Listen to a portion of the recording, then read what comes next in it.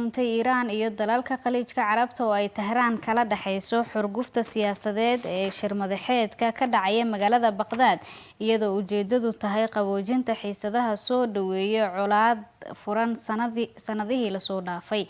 Saraakiisha Ciraaq ayaa sheegay in kulankan sidoo kale looga hadli doono dagaalka Yemen, burburka Lubnaan iyo xiisadda biyaha ee gobolka, isla markaana shirkan uu sahli karo tallaabada dhinaca isu soo dhawaanshaha Sacuudiga iyo Iiraan.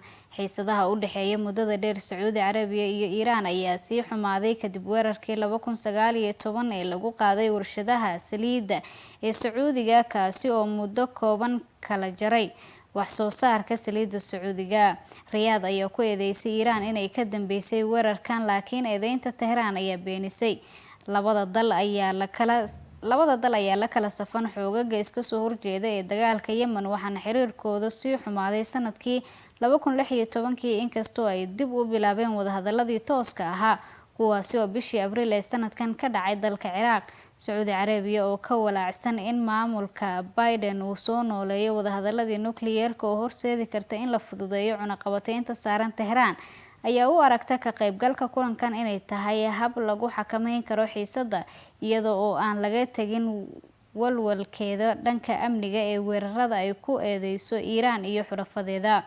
Saraakiisha Ciraaq waxay rajeynayaan in madaxweynaha cusub ee Iiraan Ibrahim Raisi uu ka qayb galo kulankan oo dhacaya Sabtida, waxayna filayaan in wasiiro ka socda wadamada Khaliijka oo ay ku jiraan Sacuudi Carabiya iyo Imaaraadka Carabta ay iyaguna imaan doonaan. Ilaa iyo hadda Kuwait ayaa ah dowladda kaliya ee Khaliijka ee xaqiijisay ka qaybgalka shirkan iyadoo u diraysa ra'iisul wasaaraheeda. Masar iyo Urdun oo labaduba xulafo la ah boqortooyooyinka Khaliijka Carabta ayaa lagu casuumay kulankan Baghdad oo sidoo kale ay imaanayaan madaxweynaha Turkiga iyo madaxweynaha Faransiiska Emmanuel Macron. Sacuudi Carabiya ayaa sheegtay inay dooneyso in ay aragto falal la xaqiijin karo oo ka imaanaya Iiraan.